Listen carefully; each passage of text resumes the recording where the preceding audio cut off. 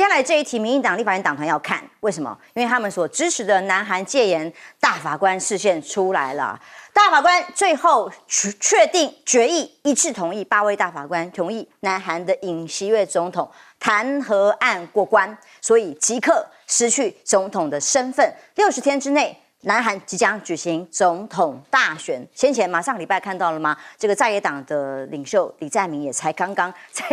2审宣判，总算无罪，他可以参与60天后的大选哦。但尹锡悦被罢免之后，示威群众有人哭喊亡国了。来看看现场画面。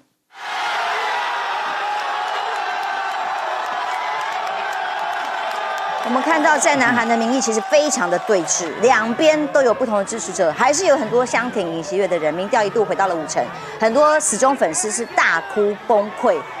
上次有自焚的民众记得吗？那么民众还用棍棒去砸了警车的车窗来表示泄愤，后来被逮捕了。民意现在在对撞当中，但无论如何，尹锡悦因为戒严这个行动，即刻失去了总统身份。但他们还是在因应整个关税大战啊。韩媒报道，美国的韩国对等关税实质叫做26个百分比呢，以自由贸易协定当中税率是最高的。但是决议苛征的这个对等关税之后的行政文件又多1%等等，他们立刻紧急召开记者会。当我们的官员说好好睡的时候，人家立刻在凌晨就开会了，而且找所有的企业一起来开会，宣布说接下来除了关税之外，美国的贸易代表署也公布的报告如何因应，而且美国呢点名南韩禁止30个月的牛只进口的限制是贸易壁垒，要求修正，他们马上就要宣布如何因应。日本也是哦，超乎预期，日本也对于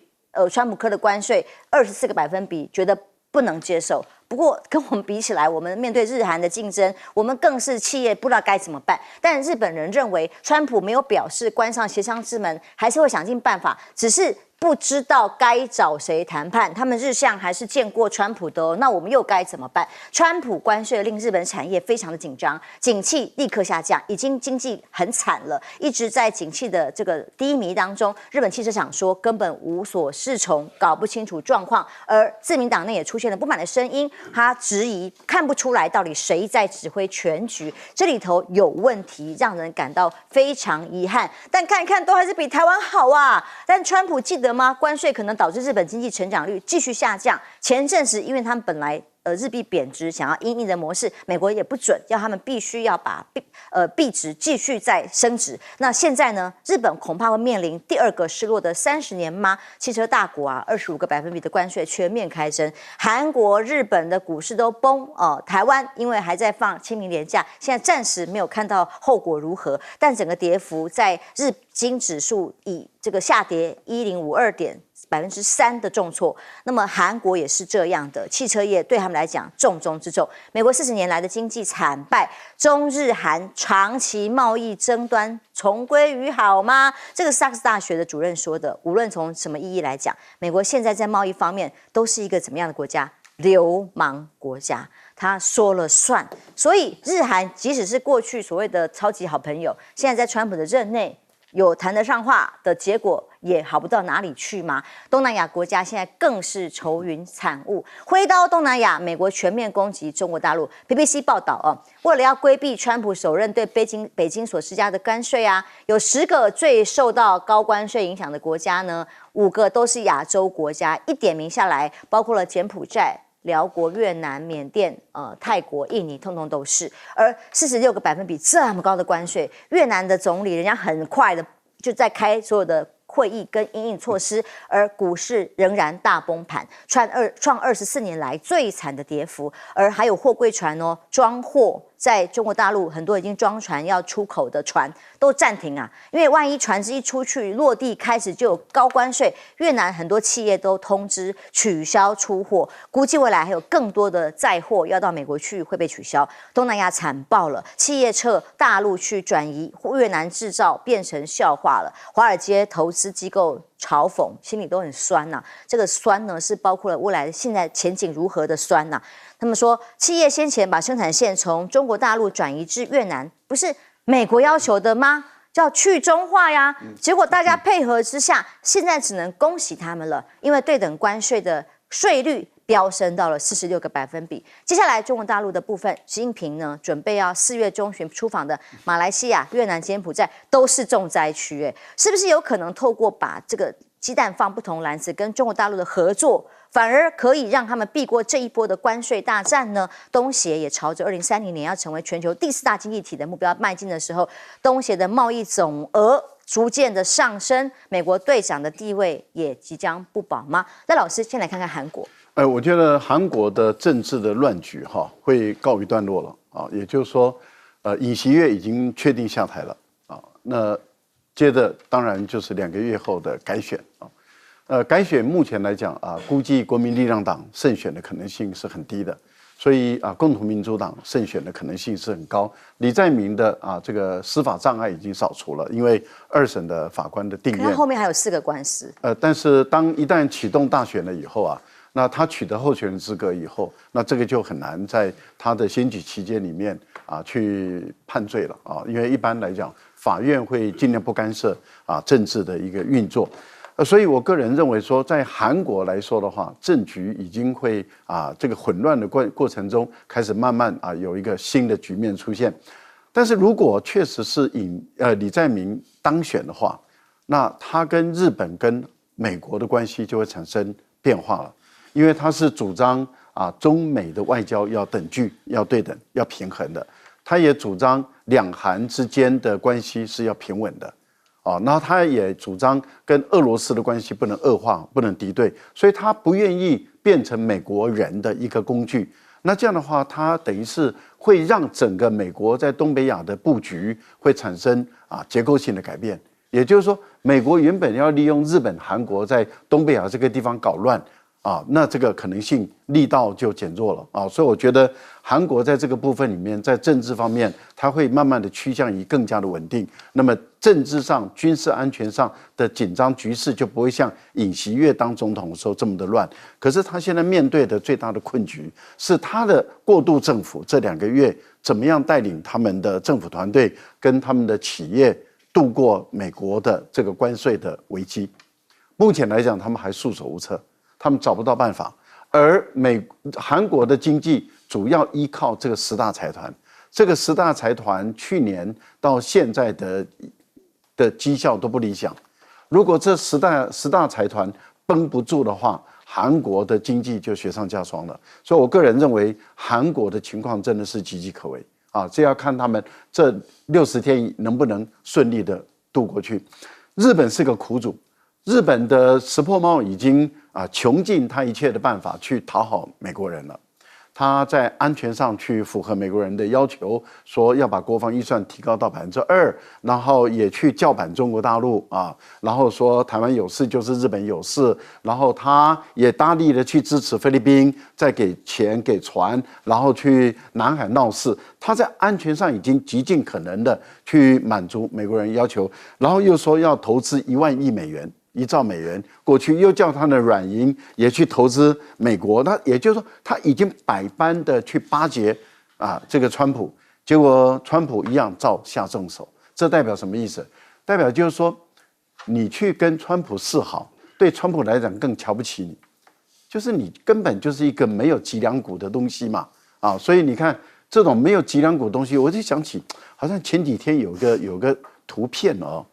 好像有一个动物没有脊梁骨那边游来游去的好像绿色的还是什么颜色，我忘记了这个我不晓得，我大概好像记得有一个图片在那边钻来钻去这样子，它就是没有脊梁骨它是个没有脊椎的动物在那边游来游去。好，我们不知道那是什么动物了，我也不知道，因为那是动物嘛，不是人嘛。那是昆虫吧？昆虫对不起昆虫是不是动物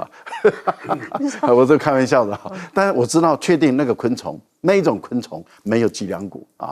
那日本石破茂它就没有脊梁骨嘛？但我不是说石破茂是那一只昆虫我不是这意思好，可是问题是在于日本这样讨好没有给他自己带来豁免。印度最可悲，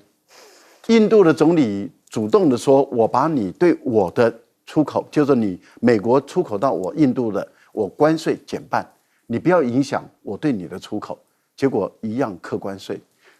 莫迪你怎么办你是老仙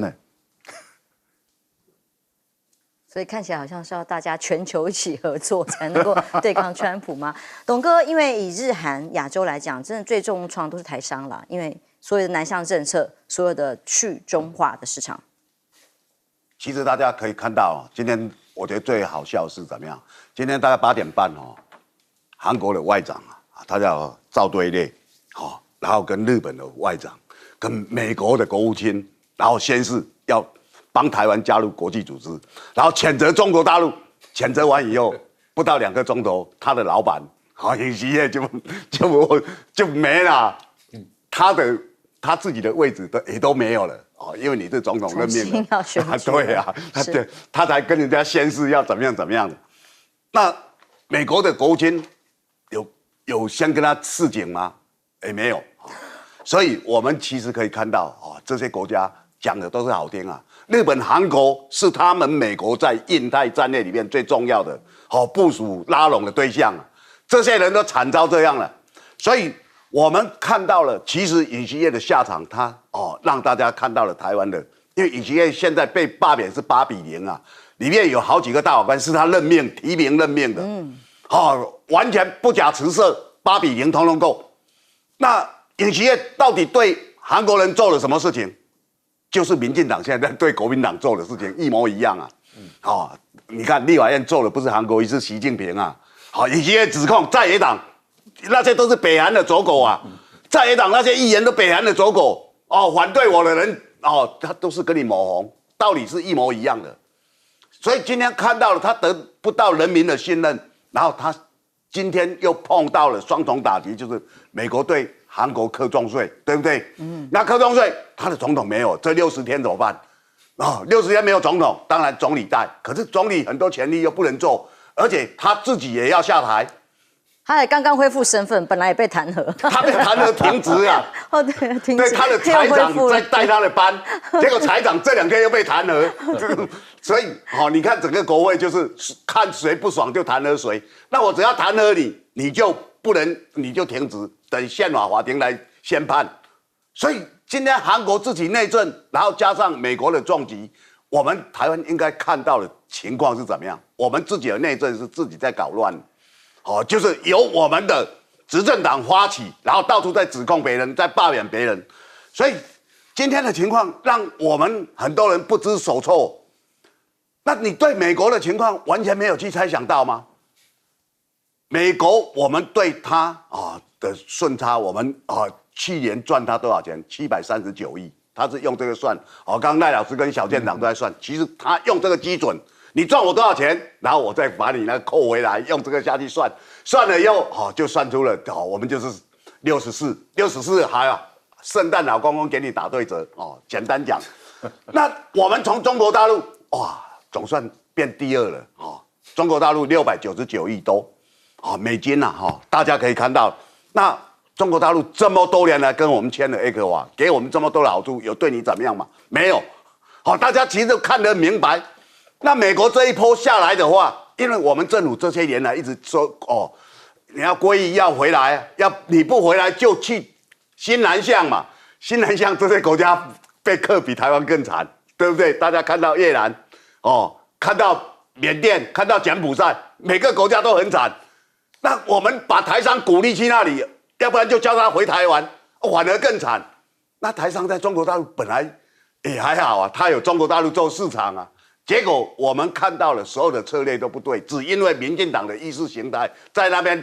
作怪，做到现在变成进退失据了。乔舰长的确是美国的朋友，越近的盟友感觉越惨，像日韩这些国家现在都是重灾区。季辛吉早就讲过了，也就是当美国的朋友是致命的，这是季辛吉讲的。那我们来看这一次这个有关于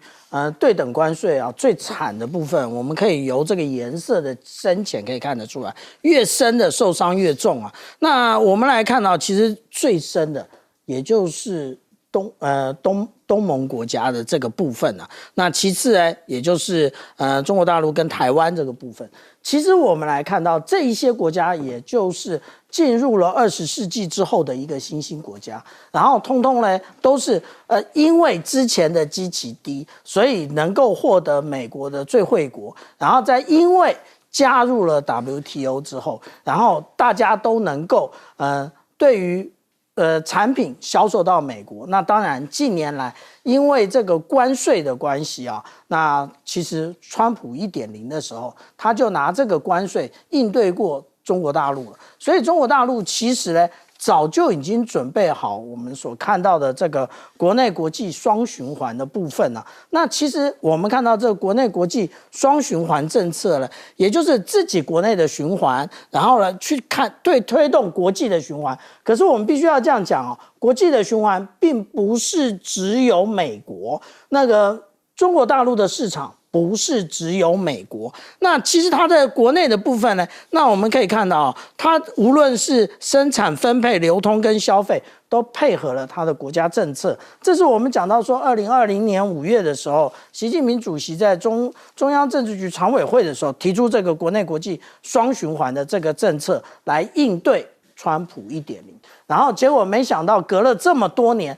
到了川普2.0，这个依旧有效啊。那我们当初所推动南向政策的这一个电子5哥或电子6哥，现在到了在越南都是所谓的海啸第一排啊，遇到这个川普海啸都是面对非常重大的打击。那个我们看到昨天我们的睡觉内阁啊，就已经告诉我们说，他稍晚就会做出回应。结果这个一晚呢，还真晚，到今天下午3点的时候才开这个记者会啊。那所以4点的时候才开记者会，所以我们这样讲啊，说其实川普这个海啸比他们预料的来的大得多。那他们当初除了这之外，他们除了 Plan A 之外，有 Plan B 跟 Plan C 吗？都没有。跟美国越要好的朋友，当然除了日韩重灾区，加拿大也是啊。NAGA 让美国再度伟大这个标语啊，帽子现在在很多的国家都有，尤其是加拿大热卖，就是这种看起来外形一模一样，可是其实呢叫做加拿大不会卖啦，是非卖品啦，大家都戴一个很像Mega 的帽子，但是要给全世界看，尤其是给美国看，什么成为你51州没门儿。但是呢，现在加拿大虽然在这一波关税里面看不到他们的名字，但是呢，卡尼他怎么回答 ？We believe in international cooperation. We believe in the free and open exchange of goods, services, and ideas. And if the United States no longer wants to lead, Canada will. 就是说，如果美国不再是老大，加拿大我要当老大领导啊！虽然这一波关税全球开打里面没有加拿大，但加拿大并没有过关，因为他们虽然躲过了所谓对等关税这一个名单里的名单，没有子弹被打到。可是撞上的是坦克，为什么呢？关税这个形容词非常有意思，靴子落地，对等关税。加墨意外哦，逃过一劫，墨西哥也没有。但是呢，在这个华人商圈看起来，加拿大只不过躲过子弹，撞上坦克。因为4月3号凌晨，川普的新汽车关税早就已经生效了，25%的关税，所有公司6到7的百分比利润的4倍，这是数学，不是艺术。大家都准备很惨，很准备因应这个未来的发展。当然，加拿大直接开战，他们有在客气的25%关税，他们也同样的痛击回击。而川普的3波关税里头，欧盟出口成本暴增，被算一算拨算盘，大概是到3兆元。那么所有的关税成本，官员呢，他们的反制是说，接下来也有各种的措施，因为不像美国，连自己都没有生产的香蕉也要课关税，欧盟会加以选择。看有没有替代来源来加以决定。那么欧盟的重击法国的部分比较直接跟快速，他直接说航太啦、奢侈品啊、葡萄酒这些都会受到打击。那这是残酷，毫无根据，所以他们立刻呼吁欧洲要立刻全面来做。法国的部分是即刻开始加以回击跟反制的报复哦。政府发言人说，27个成员国准备要对美国高科技巨头下手喽。德国副总理说，一切在谈判桌上。欧洲人希望展示强硬的姿态，但接下来有没有可能在谈判桌上把这个拥有4.5亿消费力的内部市场呢加以控管起来，成为一个新的盟主？我相信这几个领导人也在想啦，美国队长没了，谁是下一个领导人呢？欧盟现在首先指控 X， 所以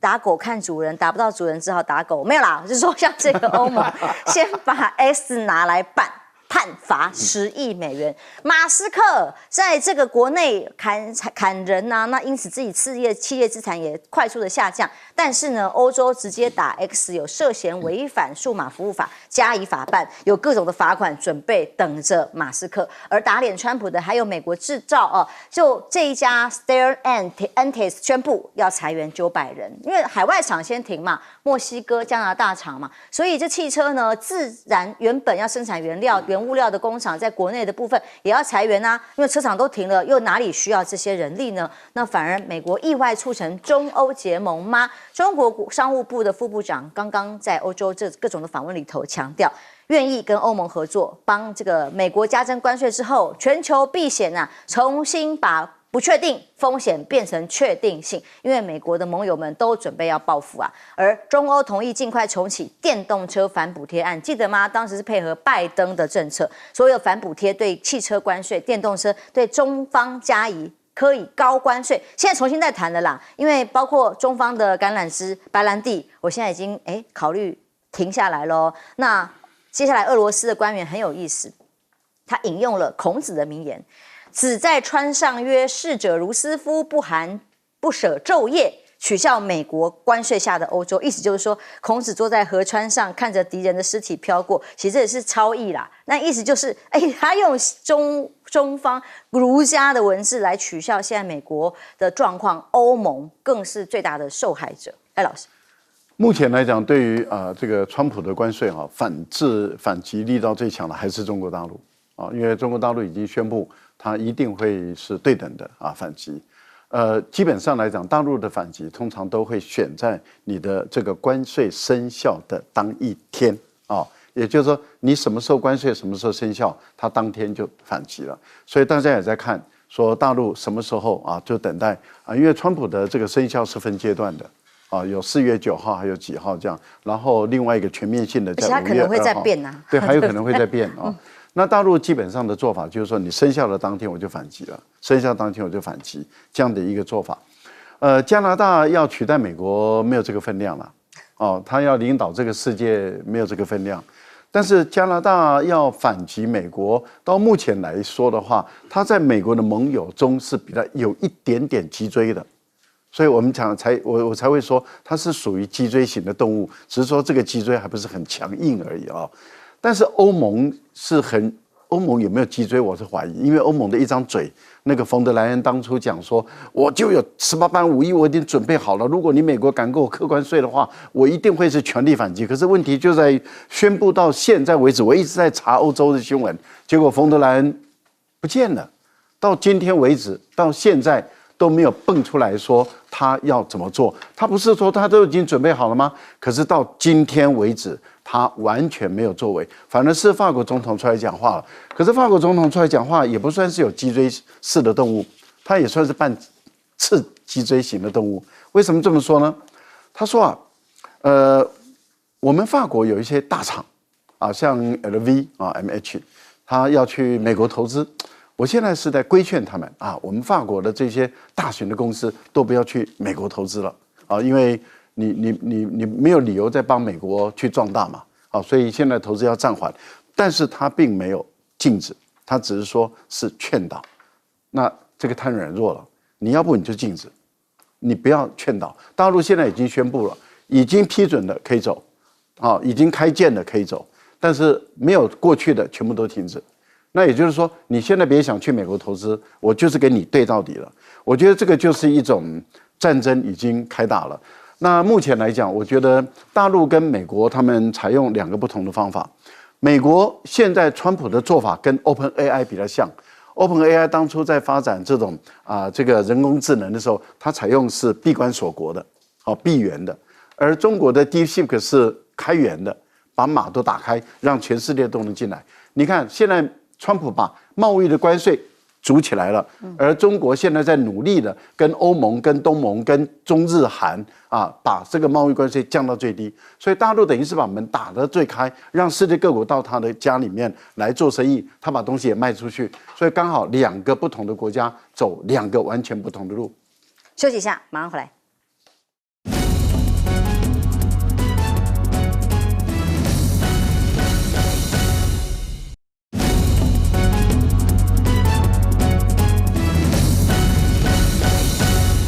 川普的关税重拳，欧洲一样，本来是最友好的合作伙伴，这一刻从法国开始喊着我要极力的全面报复跟制裁。因为欧洲大概这半年来一直对中国大陆有很不礼貌的一些作为那当然主要是针对电动车中国大陆电动车性能和价格都比他们好太多了，那他们要求中国大陆要交出电池的配方，后来中国大陆不同意，他就对3家中国大陆汽车课重税，大概35%，大家都记得印象深刻。那现在呢？现在换你们了啦中国大陆其实受伤没有那么大，他们回过头来要去找中国大陆合作，因为中国大陆很简单就它是开放的，但是你不能用一些污蔑的东西来栽赃嘛。所以那时候中国大陆说，既然这样的话，我要对法国的酒酒后不开车各位朋友，那法国的酒西班牙的猪肉。因为在这些国家里面，态度最嚣张的就是法国跟西班牙。那你们进入中国大陆有多少东西？所以美国说，那我要对法国最主要重击是什么？航空，对不对？你空巴有多厉害嘛？空中巴士多厉害我都给你课重税然后你们还有什么？还有化妆品，法国精品奢侈品香水嘛，就针对你们这些我来课。所以马克宏他本来想说，梅克尔离开以后，他应该是欧洲最主要的领袖了。他现在完全慌了。所以你今天看到情况他其实整个世界改观这一波其实我相信很多人都会料到，如果美国不靠谱，川普不靠谱，那大家是不是会比较移向中国？至少他比较讲话算话嘛。所以这个其实是有些欧洲人士说，那你就逼着我们去跟中国大陆打交道，去跟他做生意，会变成这样。那过去大家的同盟，现在就会瓦解对，就会瓦解嘛。所以这一波的经济，它其实关系到的，它不只是整个经济的影响，而是各国的同盟。你过去那些印太的朋友都被你打成这样，日本、韩国谁敢跟你合作？对不对？我国家经济都被你打垮，我还有武力来跟你合作吗？印度莫迪表演的多么称心，结果现在也是被打了满头包。今天谁也不要笑谁了，但是真正能够凝聚大家一起的力量，那可能变成是中国大陆了。因为大家觉得说，看他到时候怎么出手。那将来他至少有14亿人口的一个市场，有消费力，我们是往这边去发展，这是一个很自然的一个流向嘛。所以我觉得。在这一波，川普做了这个世界的重整，已经让大家看到了曙光了。重整，大部分都是重伤休息一下，马上回来。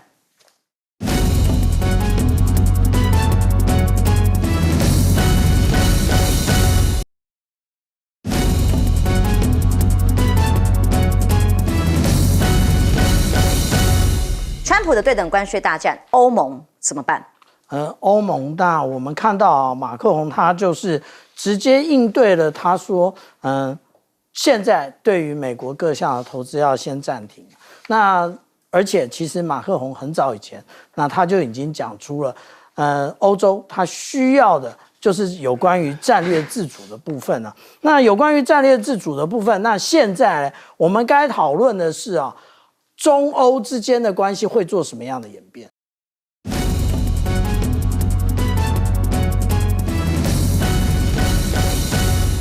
观众平安，欢迎收看 TBS 新闻大白话，我是王浅秋。首先介绍这一节跟我们去讨论最新国际及国内议题的来宾，第一位是国际政治专家赖岳谦老师。主持人好，观众朋友大家好。资深媒体人董志森董哥，是大家好。前海军舰长吕礼诗小舰长。主持人好，各位观众大家好。今天全球都一样啦，都为了川普在讨卡莫雷修，而台湾前一段我们大家聊就是真心换绝情现在对于现在如何因应这件事情，川普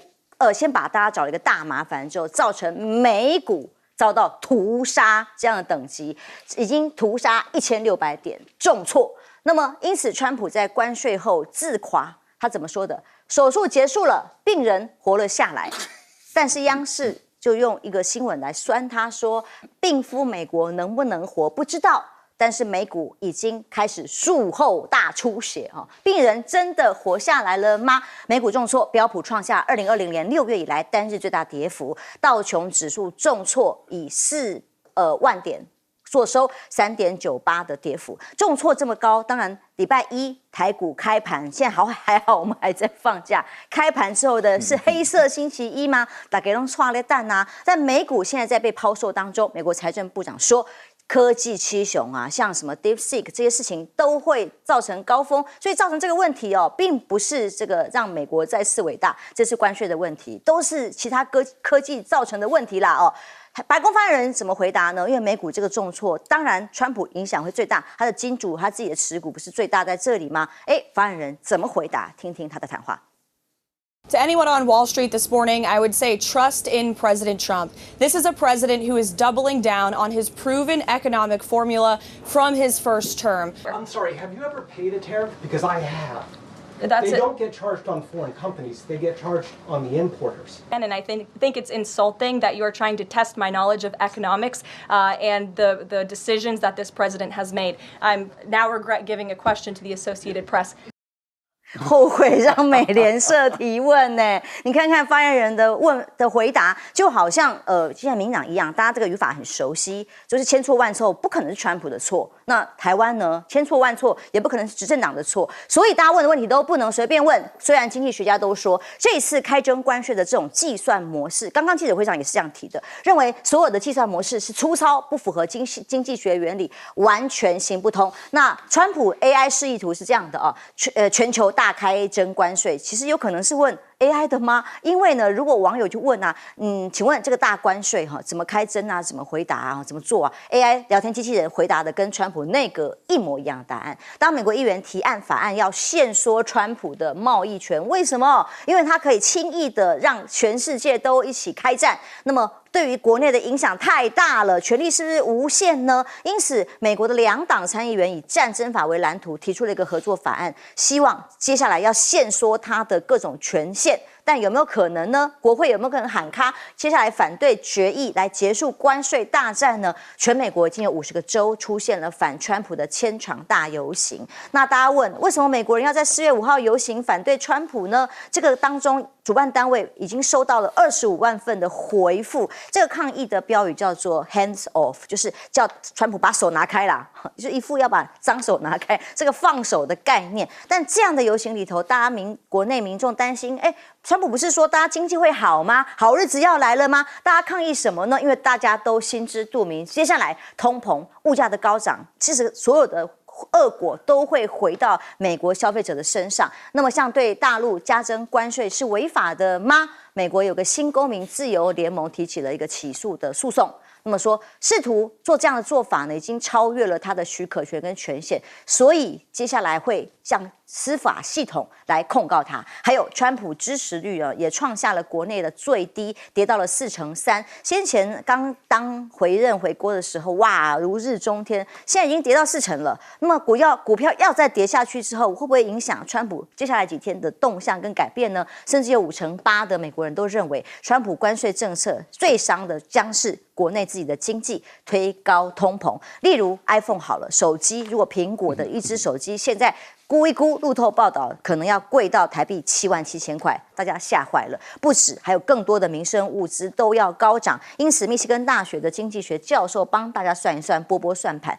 基本上民生物价至少每个月的每个家庭支出都会增加台币大概16万以上。这样的结果，那所有的关税的结果回归到转嫁到消费者身上，还有汽车业啦。当然，现在最新的消息是，汽车业已经25%已经上路了嘛，还有药品啊，还有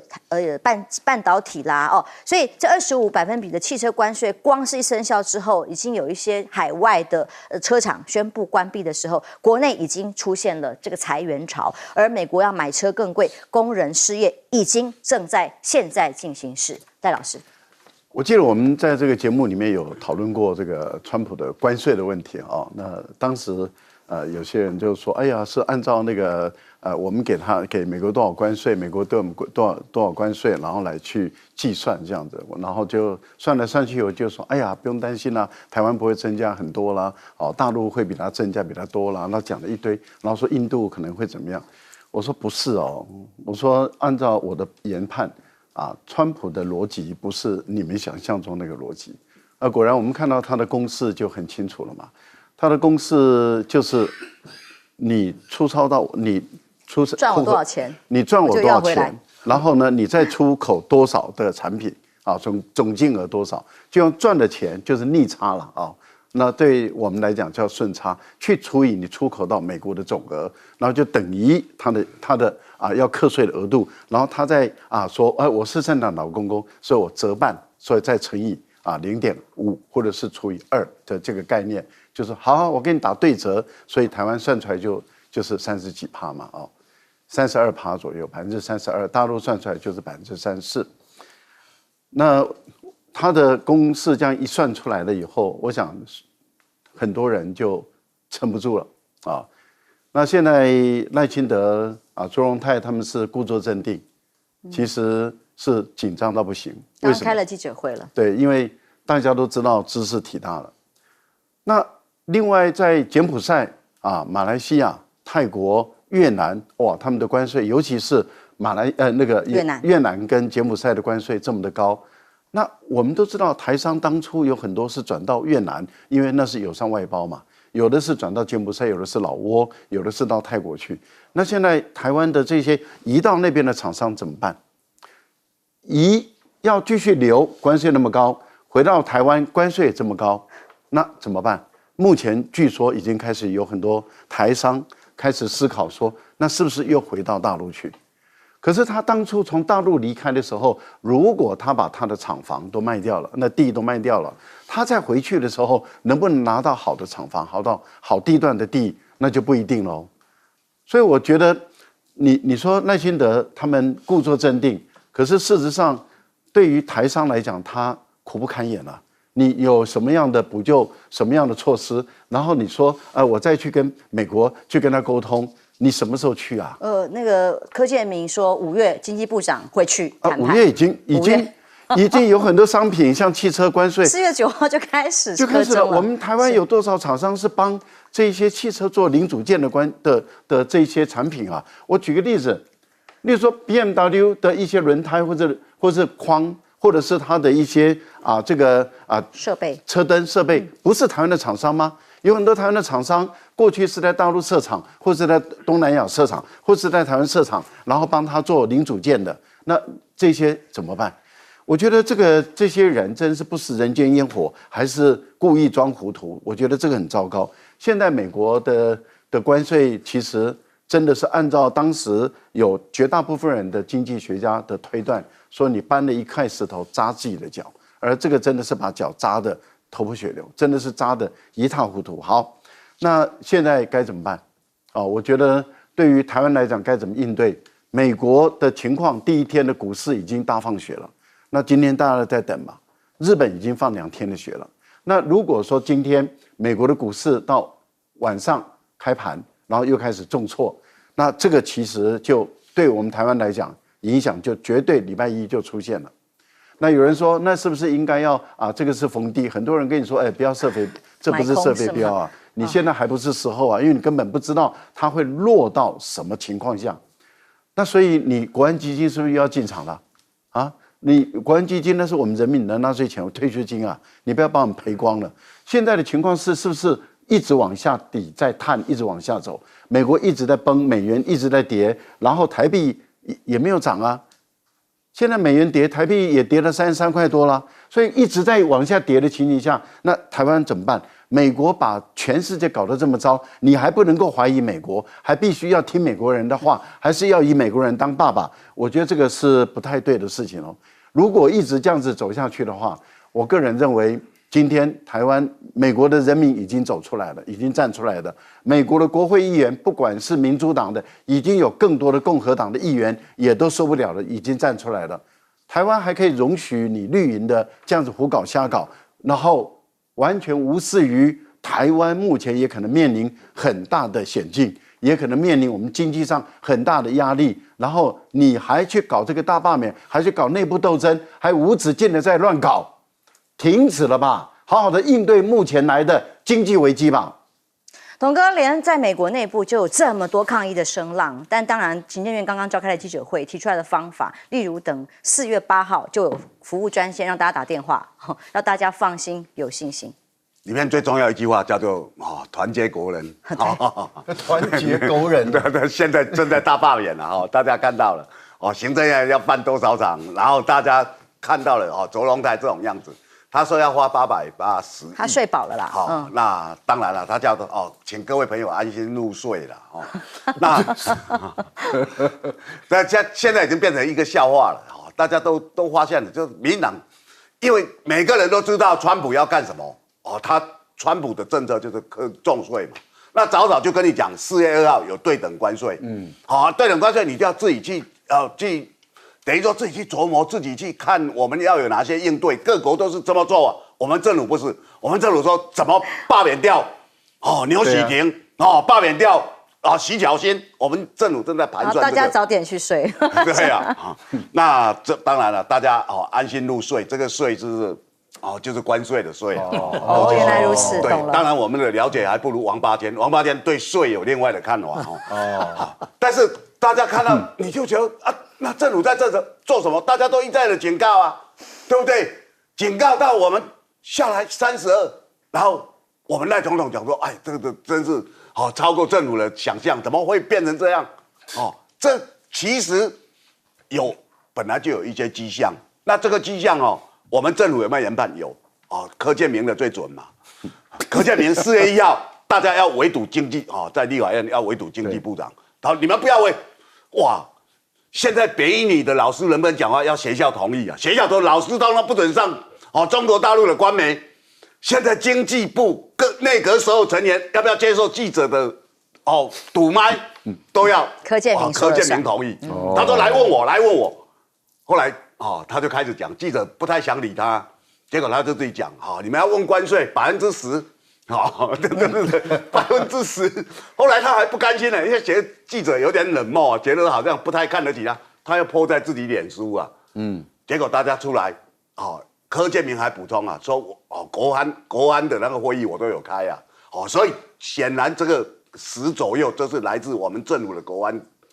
安的判断，你的判断差了3倍多，这么离谱，你这什么国安团队对不对？大家可以看到，所以赖总统就觉得好安心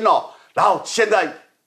等于说被突袭了以后，觉得哇好错愕其实全世界大家碰到的情况其实连美国内部都很错愕。你看这个民调数字是那表示你今天政府在干嘛？各位朋友，5月20号赖清德就职就1周年了，请大家能不能替他找出一项政绩？除了他的大罢免。然后现在被美国政府打得荒腔走板之外，到目前为止，我们政府跟川普政府没有对口单位，你不晓得找谁各位，你没有对口单位，你以为找到前副总统彭斯彭斯被川普一脚踢开，而且在很多公众场合看到他不打招呼连眼睛都不瞄他，你以为找到蓬佩奥蓬佩奥除了来台湾捞钱，我们拼命送钱给他。他有什么功能？你以为找到伯明根本不是川普的核心，他在这一届的川普政府里面没有任何位置嘛？那你找的川普前朝那些人都不能用，都没有作用，那你今天到底你的政策在哪里？完全不知道。他就讲出一个很大的口号，他们有9大变项，有20项的协助方案，各位。对了，赖清德还有17条嘞，对不对？17项嘞，那17项，每个人都在搞这些把戏。我老实讲我们对政府完全没有信心，尤其传统产业一定马上就完蛋。陈县长又对美国民众来讲，现在是一个股市大跌，消费指数准备要飙升的时候，美国内部有各种不同的声音所以大家也在观望。川普虽然今天这样宣布，有没有可能明天压力太大了，股市跌太凶了，就还在变动当中，但就是如何因应，美国民众也在强硬的想要抵抗，但我们没有抵抗啊。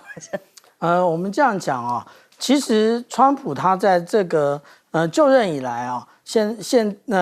他希望在100日之内能够创造一连串的政绩啊。那我们现在已经看到劣迹了，不是政绩。但是我一定要提醒那个董哥啊，这个赖总统跟那个川普总统可是有那个对话管道的，他不是完全没有对话管道的。那而且我有证据的，在 X 那个对话管道，对，就是 X， 他的对话管道就是 X。我们来看哦，这个就是当初川普总统当选的时候呢，赖清德总统，我觉得他连那个恭喜的那个对口单位都找不到，所以他就在 X 上面写了。而且他不仅如此，大外宣之外，他还回头做大内宣。你在 X 上面，而且还是接着川普的那个连结下面，你写一个中文给谁看呢？你就写了给台湾看，然后一大堆人帮你转发。这个就是他真正的目的啊。那其实我们看到现在出现了这个问题，就是川普他开始这样瞌睡的时候，然后他说：“哎呀，这真是美国的解放日的时候。”我们的赖清德总统又留言了，他留言是讲说，我们对美国的贸易顺差是政策转变的结果，而不是不公平的贸易行为。其实川普有没有回应这句话？他有。他又讲一次有关于台积电、有关于这一个晶片的问题，台湾是偷去的，所以他又再强调一次。所以川普总统每一次他针对台湾的时候，他从来不讲台湾的安全问题。人家问他愿不愿意那个对台湾的安全背书，他说：“哎呀，我不想讨论这个问题，我也不想要陷入这个绝境啊。”那其实真正最好的那个。也就是说他根本不想要面对台湾的问题。他每次讲台湾的时候，后面都还有几个字台湾基体电路公司。他一直讲的都是台积电。现在台积电大家不承认，我们大家拭目以待10年之内它就是美积电了，而且现在连联电都准备变天了。所以我们这样讲，我们台湾还剩什么？我们刚刚那个赖老师已经讲很清楚，有关于他这一个对等关税是怎么算出来的。为什么川普他会讲说这是一个非常友善、非常仁慈的一个关税？因为他觉得我帮你折半。那这是不是很够意思啊？那也就是说，但他虽然是这样想，但是我们提出一个问题也就是说，如果说一个国家它的储蓄不足的时候，那它需要那个没有办法进行自身投资，它是不是要发行外债来对其他国家借钱？那这个时候它就会形成贸易逆差，而这个贸易逆差所造成的结果是没有办法透过关税扭转回来的。那现在美国就是这个问题你明明就是因为那个在美债的问题，结果你现在对所有的国家课关税，那真是不知该如何形容。我们大家等着看这一任的总统未来的历史评价为何。